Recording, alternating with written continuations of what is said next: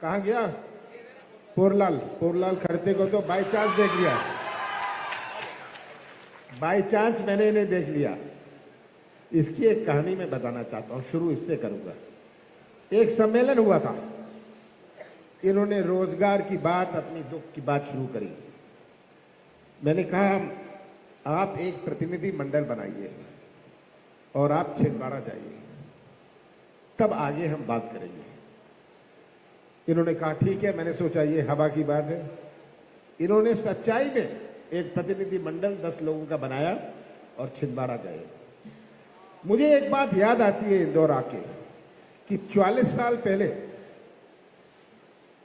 मैं जवान था, अभी भी जवान हूं, ये मत सोचिएगा मैं बूढ़ा हूं। मैं एक शादी में आया था, तो लोगों ने मेरे से पूछा आप हैं कहां के? मैंने कहा मैं छिंदवाड़ा का हूं। वो देखने लगे ये छिंदवाड़ा क्या, कौन सी जगह है? कि छिंदवाड़ा का कोई तालुका इंदौर से नहीं था, भोपाल से नहीं था। ये तब जब मैंने वहां से 79 में चुनाव लड़ा, मुझे ये बात याद थी कि मैं छिंदवाड़ा की एक पहचान प्रदेश में बनाऊंगा और वो मेरा लक्ष्य बना। राजनीति मेरा लक्ष्य नहीं थी, राजनीति में मैं तो था, पर छिंदवाड़ा की एक पहचान बनाऊंगा कि छिंदवाड़ा की पहचान होए। जब मैं शादी में जाऊं, लोग मेरे से ना पूछें ये छिंदवाड़ा है कहां, ये किस कहां है ये। अभी आपकी बातें सुनी, सुन के ताजुब हुआ, आश्चर्य हुआ, पर साथ साथ बहुत दुख हुआ। दुख इसीलिए हुआ कि आप जो मेरे सामने बैठे हैं, आप मध्य प्रदेश के भविष्य का निर्माण करेंगे। और अगर आपका ही भविष्य अंधेरे में रहा तो कैसा निर्माण होगा हमारे मध्य प्रदेश का? आज जो नौजवान हैं और 20 साल पहले के नौजवान में बहुत अंतर है। आज के नौजवान में अपनी सोच है, आज के नौजवान का अपना दृष्टिकोण है, आज का नौजवान सोशल मीडिया से जुड़ा है। 5 साल पहले भी 25% लोग सोशल मीडिया से जुड़े थे, आज 95% सोशल मीडिया से जुड़े हैं। जिनको जो लोग आपको ज्ञान देने आते हैं, आप उनको ज्ञान दे सकते हैं। ये है आज का नौजवान है। तो ये अंतर हमें समझना है 20 साल पहले का। मैं तो 44 साल से चुनाव लड़ रहा हूं और जीत रहा हूं। मैंने देखा कितना अंतर है, कितना परिवर्तन हुआ लोगों में, सोच में, नजरिए में, दृष्टिकोण में, राजनीति में कितना अंतर हुआ है। और ये आज आप यहां आए, यहां कोई पुरस्कार नहीं मिलना, यहां कोई ठेका नहीं मिलना, यहां कोई कमीशन नहीं मिलनी। आप आए हैं क्योंकि आपको अपने भविष्य की चिंता है। और अभी मैं सुन रहा था, मेरे को इतने सारे आवेदन दिए कि ये मामला अटका हुआ है, फलाना चीज अटकी हुई है 3 साल से, हमारा नाम यहां नहीं जुड़ा, हमारी भर्ती हो गई पर हमें चिट्ठी नहीं मिली, भर्ती हो गई हमें ज्वाइन नहीं करने दिया। इस प्रकार की बातें आवेदन में आपने कहीं भी, और मैंने आवेदन में भी देखा। कितना चिंता का विषय है। मुझे ताज्जुब होता है कैसी सरकार ये चल रही है। जिस सरकार की प्राथमिकता नौजवान ना होए, उस सरकार को क्या करना चाहिए? लात मार के हटाना चाहिए। ये कड़े शब्द मैं यूज कर रहा हूं, का उपयोग कर रहा हूं, क्योंकि आप ही हमारे भविष्य। और रोजगार, एक हुआ शासकीय रोजगार, एक हुआ प्राइवेट रोजगार। आज मध्य प्रदेश में कोई निवेश नहीं आता। शिवराज सिंह जी यहां आके इंदौर में नाटक करते हैं 6 दफे इन्वेस्टमेंट समिट 33 लाख करोड़ रुपए आएगा। मैं तो शिवराज सिंह जी को कहता हूं, जो आपके रिक्त पद है आप इसको ही भर दो, बाकी की बात बाद में कर लो। शिवराज सिंह जी घोषणा करेंगे 1 लाख नौजवानों को रोजगार मिलेगा। रिक्त पद नहीं बढ़ेंगे, रिक्त पद नहीं बढ़ेंगे, जिनके मामले अटके हैं उनको नहीं रखेंगे। ये क्या मजाक है? ये क्या हो रहा है अपने प्रदेश में? मेरी चिंता का विषय नहीं है, ये तो आपकी चिंता का विषय है। और निवेश आता है, निवेश आने से होता क्या है? बच्चों, आपको ये बात समझनी है। निवेश विश्वास से आता है। हमारा प्रदेश 5 प्रदेशों से घिरा हुआ है। जिसको तमिलनाडु और केरल में अपना सामान बेचना है, वो पंजाब और हरियाणा में अपना उद्योग लगाता है। क्यों? उसको मध्य प्रदेश पर विश्वास है। इन्वेस्टमेंट, निवेश आप डिमांड नहीं कर सकते, आपको अट्रैक्ट करना पड़ेगा। Investment can not be demanded, it has to be attracted. ये हमें याद रखना है।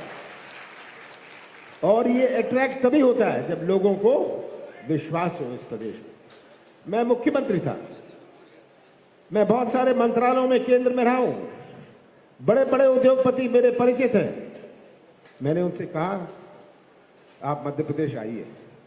उन्होंने कहा मध्य प्रदेश में तो इतना भ्रष्टाचार है, पहले दरबारी से ही भ्रष्टाचार शुरू हो जाता है।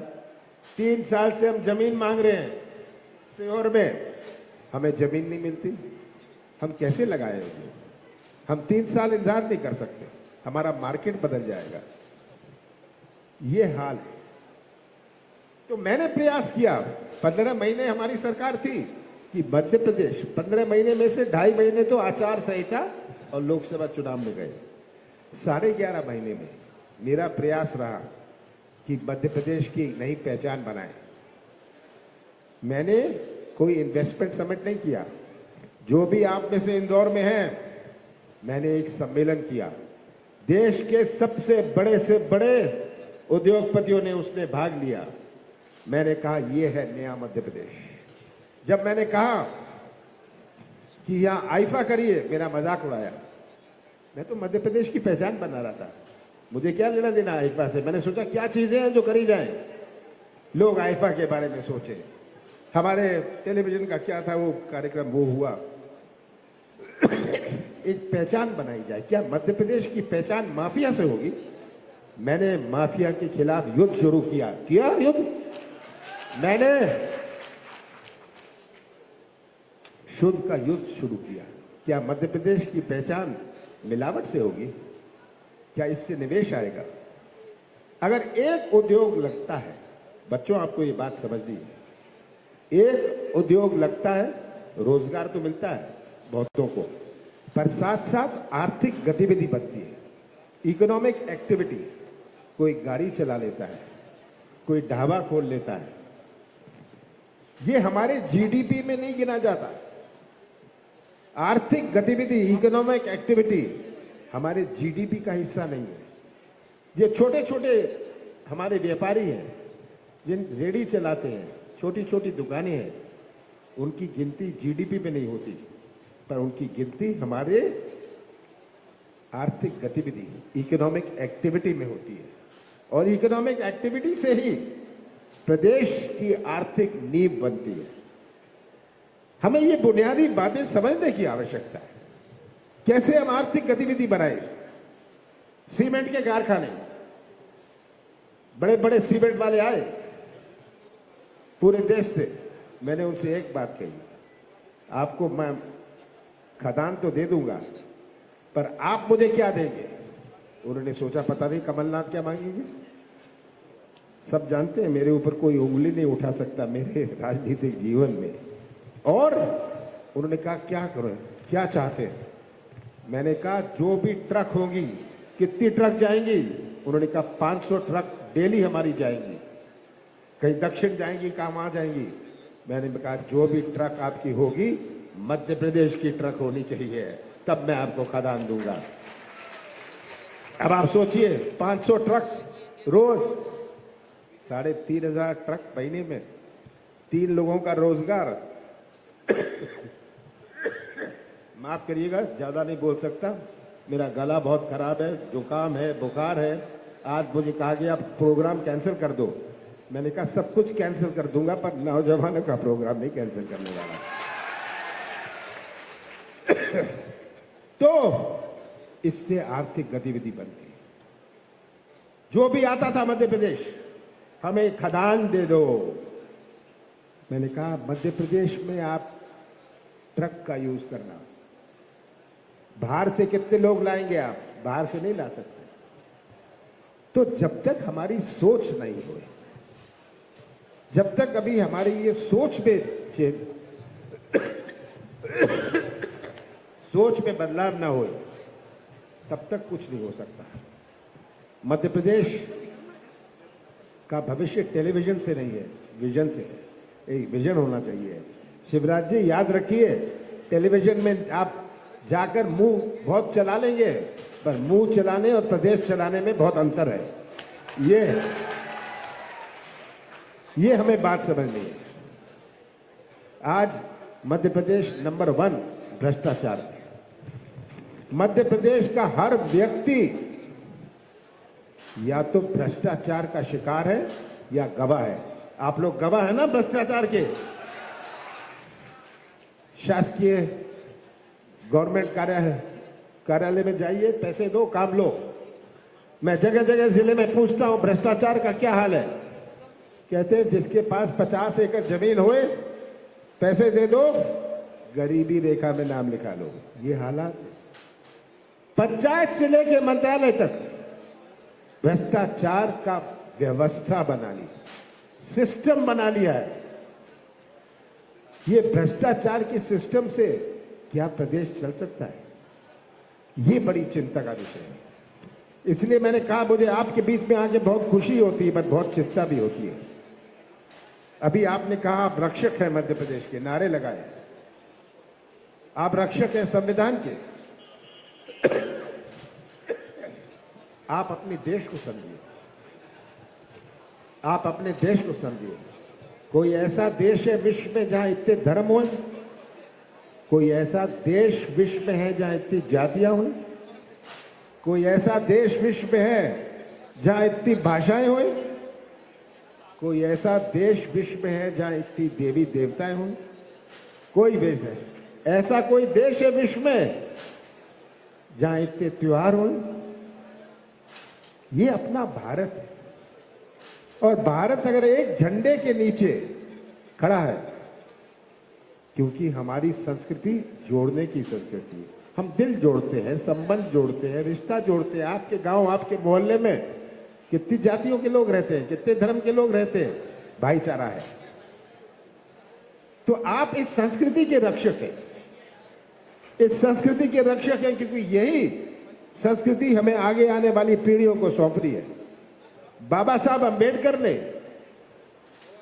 कितनी बड़ी चुनौती थी कि ऐसा देश जिसमें इतनी अनेकता है, इतनी विभिन्नता है, ऐसे देश का संविधान बनाने की, ये बाबा साहब अंबेडकर के सामने चुनौती थी। बाबा साहब ने ऐसा संविधान बनाया कि सबकी रक्षा हो, और ऐसा संविधान बनाया कि कई देशों ने उस संविधान की नकल करी।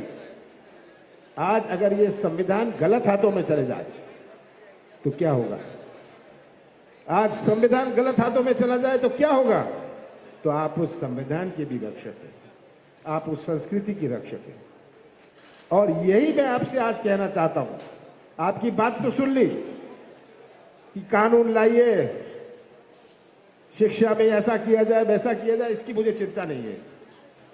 ये अगर इच्छा होए, तमन्ना होए, दिल होए और इसमें प्राथमिकता होए, ये कोई बड़ी चौड़ी बातें नहीं है। लंबी लिस्ट दी है मुझे, मैं पढ़ना नहीं चाहता। मैं सोच रहा था इसमें कौन सी चीज है जो हम नहीं करेंगे। मैंने चुना इसमें हम घोटाला नहीं करेंगे भर्ती में, ये मैंने चुना। जहां देखो घोटाला, पैसे दो, काम लो। आपने पटवारियों का तो सुन लिया, मैं क्या बताऊं।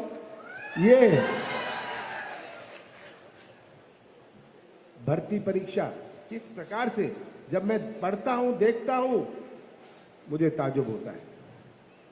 तो मैं तो आपसे यही कहना चाहता हूं, कमलनाथ का साथ मत देना, कांग्रेस का साथ मत देना, पर सच्चाई का साथ आप जरूर दीजिएगा।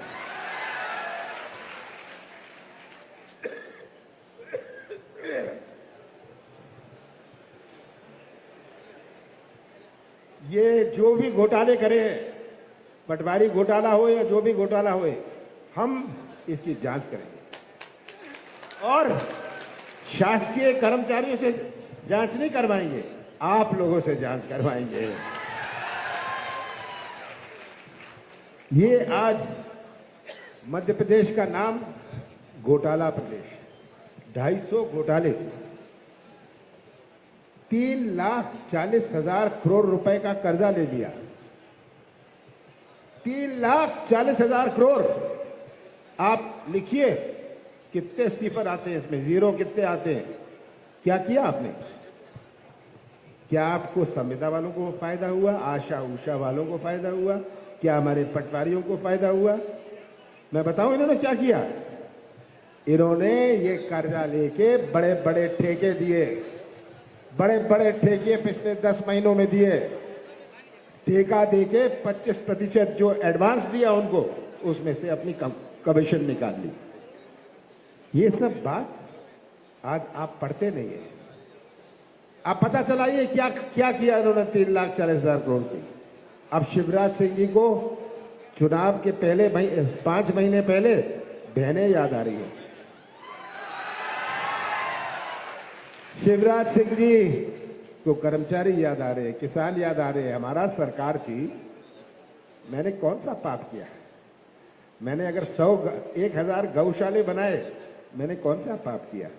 अगर मैंने 27 लाख किसानों का कर्जा माफ किया, मैंने कौन सी गलती करी? अगर मैंने 100 यूनिट 100 रुपए में दिए, मैंने कौन सा गुनाह किया? कर्मचारी मुझे कहते थे ये सर्टिफिकेट लाओ, फलाना सर्टिफिकेट लाओ। मैंने कहा फालतू बातें मत करो। बिजली का बिल 100 यूनिट 100 रुपए, मुझे कोई सर्टिफिकेट की आवश्यकता नहीं है। यहां से आप में से कोई नीमच मंदसौर से है? नीमच मंदसौर में पूछिएगा, नीमच मंदसौर में अतिवृष्टि हुई। मैं मुख्यमंत्री था, मैं गया, खुद देखा कितनी अतिवृष्टि है। शाम को 7 बजे लौट के मैंने मीटिंग बुलाई। अधिकारियों को मैंने कहा 7 दिन में इनको मुआवजा दो। कहते हैं हम सर्वे कराएंगे। मैंने कहा मैं सर्वे करके आया हूं, आपका पटवारी अब सर्वे करेगा? 7 दिन में अगर इनको मुआवजा नहीं मिला, मैं आपके कमरे में ताला लगा दूंगा। ये बात मैंने ये आज जब तक हम ये सिस्टम को चेंज नहीं करेंगे, शासकीय कार्य प्रणाली को चेंज नहीं करेंगे, कुछ नहीं होने वाला। इंदौर की बात बताऊं, मैंने एक मीटिंग करी जो छोटे और मीडियम वाले उद्योगपतियों। एक ने मुझे कहा कि देखिए हम मिठाई बनाते हैं, किसने कहा हम चॉकलेट बनाते हैं। मैंने कहा आप चाहते क्या है? कहते हमें एक क्लस्टर दे दीजिए, उसकी जमीन दे दीजिए, कन्फेक्शनरी क्लस्टर। अधिकारी बैठे थे, मैंने उनसे पूछा क्या प्रॉब्लम है? कहते नहीं हम दे देंगे। मैंने कहा कितनी जमीन चाहते हैं? कहते 15 एकड़। मैंने कहा ठीक है, इनको दीजिए 15 एकड़ जमीन। उन्होंने कहा हमारा जो प्रदूषण का है सब कुछ हम साथ साथ कर लेंगे, हमारे मशहूर इंदौर की मिठाई का हम क्लस्टर बनाएंगे, चॉकलेट इसका क्लस्टर बनाएंगे। एक दिन मैं रात को ऑफिस से लौट रहा था, मैंने अपने सेक्रेटरी को फोन किया कि उस मीटिंग में कौन आया था? तो कहते हैं मैं फोन करता हूं। उसने फोन करके, मैंने कहा उसका नंबर भी बताना। उसने फोन करके नाम बताया, नंबर बताया। 10 बज गए थे रात को। मैंने उसे फोन लगाया, मैंने कहा मैं कमलनाथ मुख्यमंत्री बोल रहा हूं। ताज्जुब हो गया, कहते कौन? मैंने कहा कमलनाथ मुख्यमंत्री, ये मेरा नंबर है। मैंने कहा आपकी जमीन का क्या हुआ? कहते कुछ नहीं हुआ। मैंने कहा ठीक है। मैंने दूसरे दिन अधिकारी को बुलाया, मैंने कहा अगर इनको जमीन नहीं मिली, आप जाइए इंदौर, वापस मत लौटिएगा, जमीन अलॉट करके लाइएगा, नहीं तो आप इस ऑफिस लायक नहीं है। ये सिस्टम की चेंज। तब कहते हैं इनको हम 5 साल की लीज देंगे। मैंने कहा किस खुशी में 5 साल की लीज, कि आपके पास फिर से वापस आए? कोई लीज नहीं, कोई अपना उद्योग लगाएगा, उसका नाम मैं भूल गया, इंदौर के ही लोग थे, इंदौर के लोग थे, मैं नाम भूल गया। तो कहते हैं 5 साल की लीज। मैंने कहा फालतू बात नहीं, परमानेंट लीज होगी। उसके बाद कहते हैं हम डिसाइड करेंगे कौन इसमें आएगा। मैंने कहा आप क्या जानते हैं मिठाई के बारे में? ये इनका जो एसोसिएशन है ये डिसाइड करेंगे, आपको क्या अकल है मिठाई की? ये सिस्टम चलता है, इसीलिए ये आवेदन आप मुझे दे रहे हैं, क्योंकि ये सिस्टम में ही हमारी खराबी है। मैंने कहा अभी कि सबसे ज्यादा आवश्यकता ईमानदारी है। ईमानदारी से भर्ती हो, ईमानदारी से भर्ती हो। और मैं आपको वचन देता हूं, हम ईमानदारी से भर्ती का वचन मैं आपको देता हूं। भर्ती होगी, ईमानदारी से होगी। और हम सब मिलके